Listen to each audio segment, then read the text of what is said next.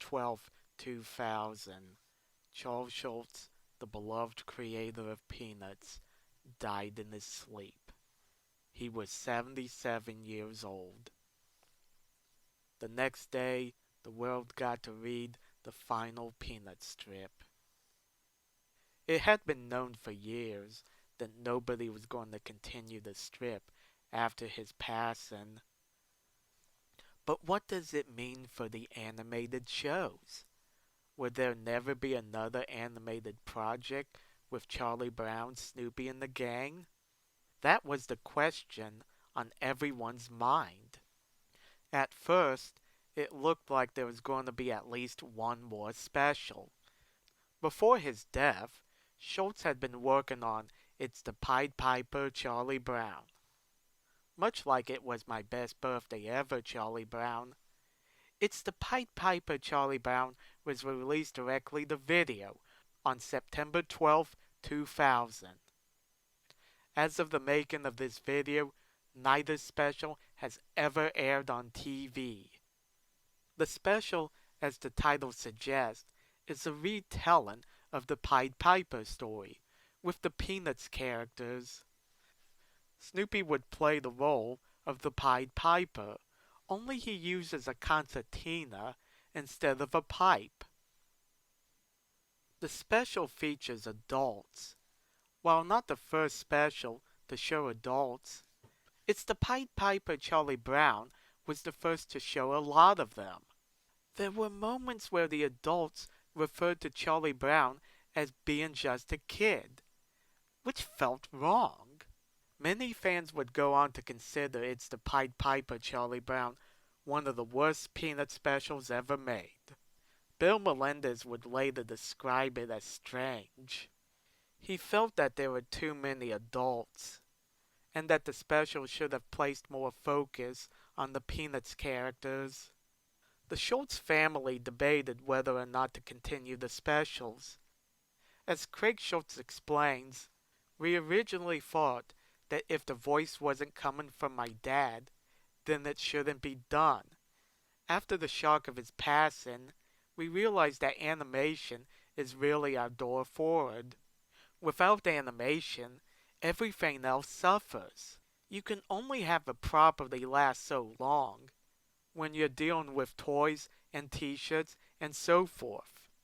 Out of the 50 old shows, people are only seeing 2 or 3 a year. That was tough. Just like that, it was decided that the specials would continue.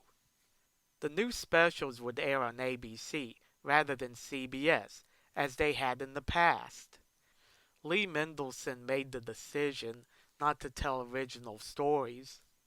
Instead, he followed the example of the Charlie Brown and Snoopy show and adapted the old comic strips. The first new special to air was a Charlie Brown Valentine, which premiered on Valentine's Day 2002, followed by Charlie Brown's Christmas Tales on December 8th.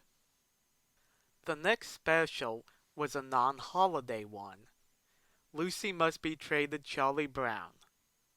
Premiering on August 29th, 2003, this baseball-themed special showed Charlie Brown trying to get rid of his worst player, Lucy. Lucy now has the distinction of being the only character other than Charlie Brown and Snoopy to have her name in the title. On December 9th, a fourth Christmas special premiered, I Want a Dog for Christmas, Charlie Brown. This would be the first hour-long special since the failure of It's the Girl in the Red Truck, Charlie Brown. I Want a Dog for Christmas, Charlie Brown focuses on Rerun's attempts to get a dog for Christmas. He eventually becomes friends with Snoopy's older brother, Spike.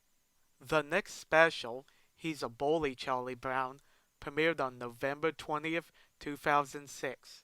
During summer camp, Rerun is conned out of his marbles by a bully named Joe Agate, who is voiced by Taylor Lautner, best known as Jacob from the Twilight movies. After some training, Charlie Brown challenges Joe Agate to a contest to win them back. and he succeeded.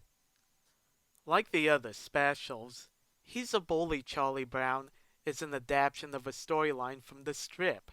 However, it has the most original material. That is because Charles Schulz was working on an outline for this special before his death. In a way, He's a Bully, Charlie Brown is the last special he personally worked on. Sadly, it would also be the last special Lee Mendelson and Bill Melendez worked on. On September 2nd, 2008, Bill Melendez, animator, director, and voice of Snoopy and Woodstock, died.